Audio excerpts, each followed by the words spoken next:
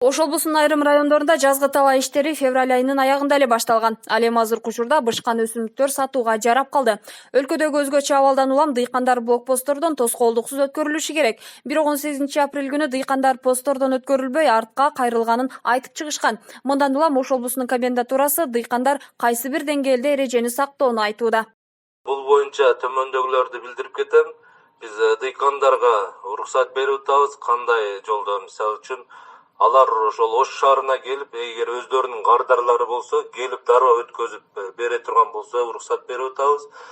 Ал эми кардарлары жок келип, бул жерде базарга туруп алып адамдарды топтой турган болсо, ага уруксат жок деп. Ошон үчүн айрымдары кайткандардын себептери да ошол. Автоунааларга продуктларын салып алып, биз Ошко барып, базарда отуруп сатабыз дегендиктен андай болбойт. Сиз кардарыңызды тактап туруп, дүкөндөр болобу же ала турган кардарыңыз даяр болсо, барып дароо өткөзүп берсеңиз гана уруксат берилет деп атабыз. Ошондон улам айрымдары кайткан учурлар болуп атат. Ал эми негизинен бул ошол кардарлары барлар 10 тоннадан 50 тоннага чейин алып өтүп алып барып эле келип жатат. Тоскоолдуктар жок. Комендатуранын маалымат борбору билдиргендей, унааларына аз өлчөмдөгү мөмө жемиштерди жүктөп алып, сатууга бара жатам деп посттон өтүүгө аракет кылган жарандар да бар. Мына ушул учурда гана алар артка кайтарылып жатат. Блокпосттордон дыйкандар атайын медициналык текшерүүдөн өткөрүлүп, андан соң уруксат берилет.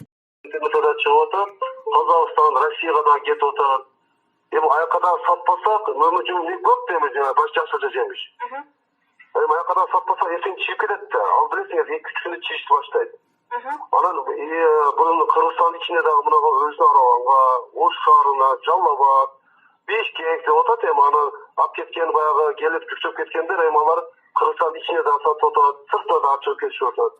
Бирок биздин Аралан аймагында интернетте көрүп атасыңар, мынага биздин башкы посттордо тоскоолдук жок.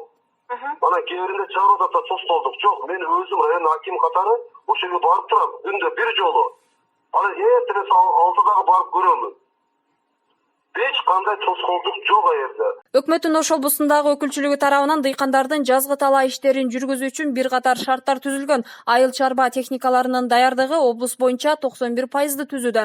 3183 гектарга жашылча эгилген болсо, 3916 гектарга картошка, 4910 гектарга пахта эгилген. Бүгүнкү күндө Ош областы боюнча айдоо себүү иштери өзгөн, Ноокат, Кара Суу райондорунда 98%га аяктады. Ал эми шарты катал, табигаты суугураак болгон Чоң Алай районунда, Кара Кулжа жана Алай райондорунда кызуу жүрүп жаткан мезгил.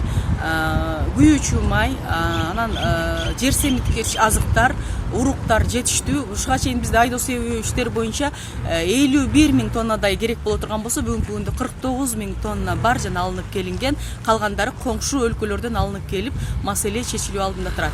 Бирок айдоо дыйкандарга баягы аз пайыздагы жеңилдетилген насыяларды берүүдө бир аз тоскоолдуктар болууда. Бирок өкмөттүн Ош облусундагы ыйгарым укуктуу өкүлү Узарбек Жылкыбаевдин тапшырмасы менен нөөмөт менен банк кызматкерлери иштөө уюштурулуп, бүгүнкү күндө аны дагы 65%га берип туттук.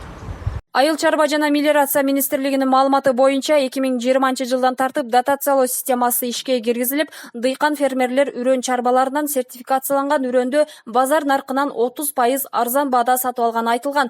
Жыйынтыгында түшүмдүүлүк 5%дан 10%га чейин өсүшү божомолдонууда. Айыл чарба боюнча парламентте маселе көтөрүлүп, өкмөт дыйкан фермерлерге өзгөчө абал учурунда тоскоолдук жаралбай турганын айткан. Мимоза Жаныбек кызы, Бексултан Абиев, Ынтымак.